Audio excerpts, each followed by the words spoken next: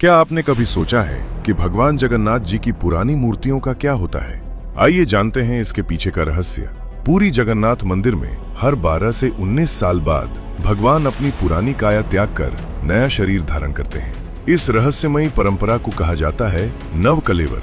लेकिन इसकी शुरुआत होती है एक ऐसे रहस्य से जिसे आज तक कोई पूरी तरह नहीं समझ पाया। मंदिर के गुप्त सेवक आधी रात को जंगलों में निकलते हैं, एक ऐसे नीम के पेड़ की तलाश में जिस पर शंख और चक्र के निशान हो, पास में शमशान हो, सांप का बिल हो और एक शिव मंदिर भी।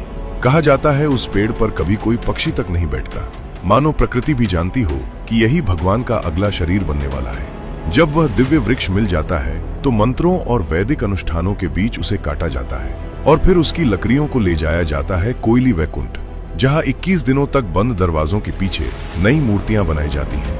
लेकिन असली रहस्य अभी बाकी है। फिर आती है वो रात जिसका सच आज तक मंदिर की दीवारों में कैद है।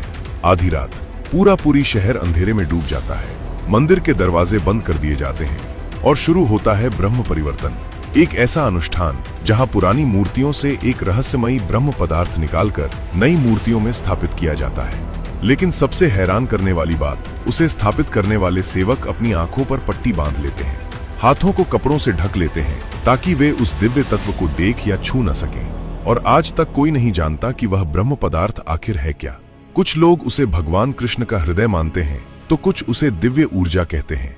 फिर जिन मूर्तियों के सामने लोगों ने पूरी जिंदगी सिर झुकाया होता है, उन्हें पूरे सम्मान के साथ कोयली वैकुंठ में समाधि दे दी जाती है।